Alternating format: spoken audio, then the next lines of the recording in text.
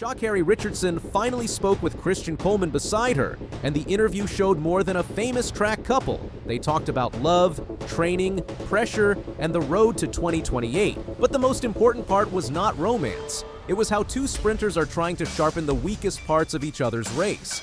Sha'Carri Richardson and Coleman have always pulled attention, even when they were not trying to. Both are fast, famous, and built for the biggest sprint lanes. So when they sat down for a rare public conversation, fans wanted more than a cute couple moment. They wanted to know how this relationship actually works inside elite track.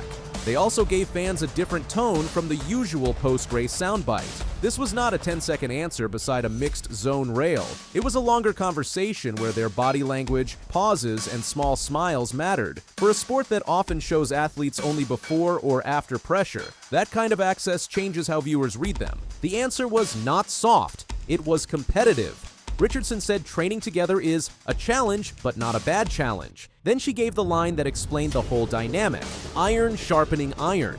That phrase matters because it does not make their relationship sound like a distraction. It makes it sound like a training tool. Richardson is one of the best finishers in women's sprinting. Coleman is one of the best starters the sport has seen. Put them near each other every day, and the relationship becomes more than support. It becomes a mirror. That is why this interview hit differently. It gave fans a look at two athletes trying to build something personal while still chasing individual goals. For Sha'Carri, the interview came at an important point. She has already lived several careers in one. She was the world 100-meter champion in 2023, Olympic 100-meter silver medalist in 2024, and Olympic 4 by 100-meter gold medalist with Team USA. She has also lived through public pressure, criticism, and moments that made her private life part of the sports news cycle. That is why her voice matters here. She was not only talking as a sprinter, she was talking as someone who has learned how quickly public attention can turn. Her racing story is still strong. She has world-class top-end speed and one of the most dangerous finishes in the women's 100 meters. But the start has often been the part fans question.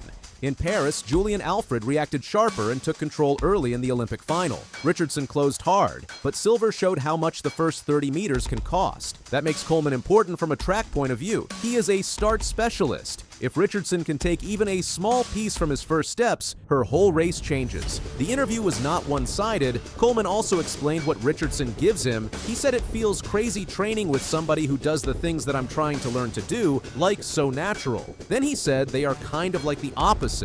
That is the cleanest way to understand them as sprinters. Coleman's first half can be electric. His reaction, drive phase, and first 60 meters are world-class. He holds the 60-meter world record at 6.34. He won the 100-meter world title in 2019. When he is sharp, the field feels him early, but his pressure point has often been the finish against the strongest closers. In some major races, he has been in front or close early, then lost ground late. Richardson is the opposite problem for rivals. She can seam behind, then lift, flow, and attack the last 40 meters with scary force. That is why their training balance makes sense. She can study his start, he can study his finish. Neither one is copying the other. They are pulling useful pieces from each other. The bigger shadow over the interview was 2028. Los Angeles is not far away, and for American sprinters, a home Olympics is not just another meet. It is the kind of stage that can define an entire career. When Richardson was asked about the dream, she said,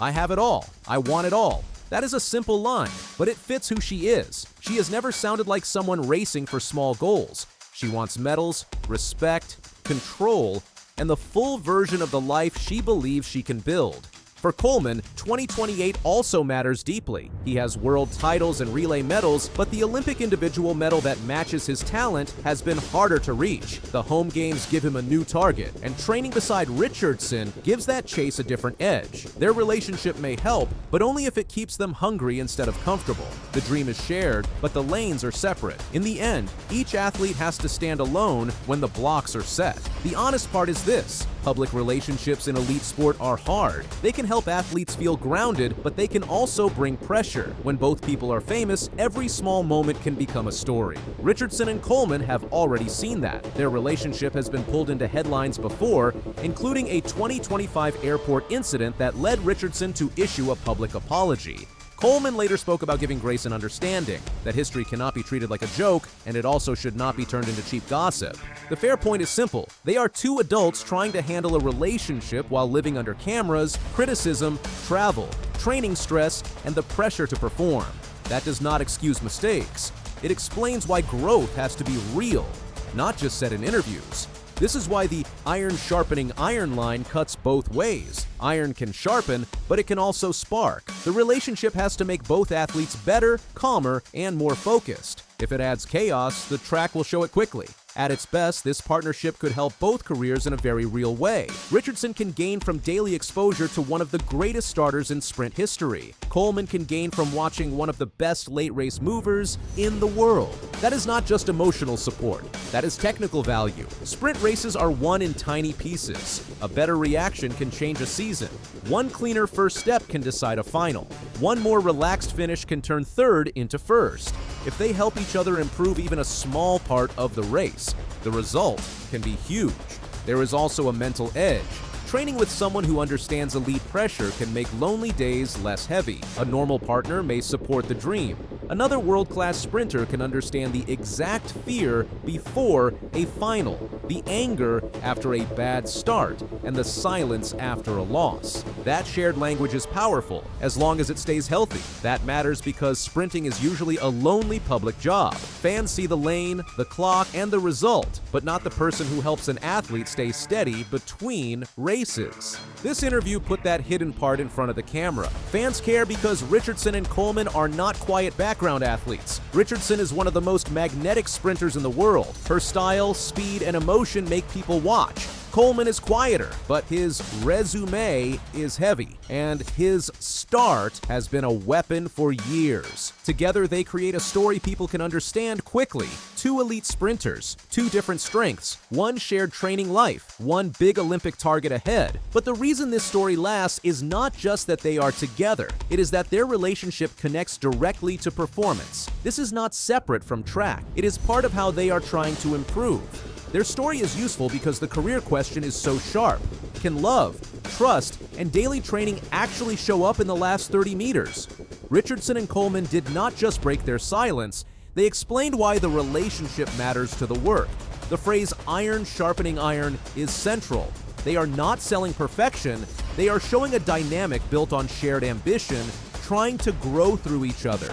Richardson wants it all, and Coleman is still chasing the full Olympic version of himself. Together, they are turning private support into public performance. But 2028 will not care how good the interview sounded. It only cares about starts, finishes, and the clock. Next season will test whether their private balance can survive public demand. Did the relationship sharpen them, or did the pressure test them harder than ever?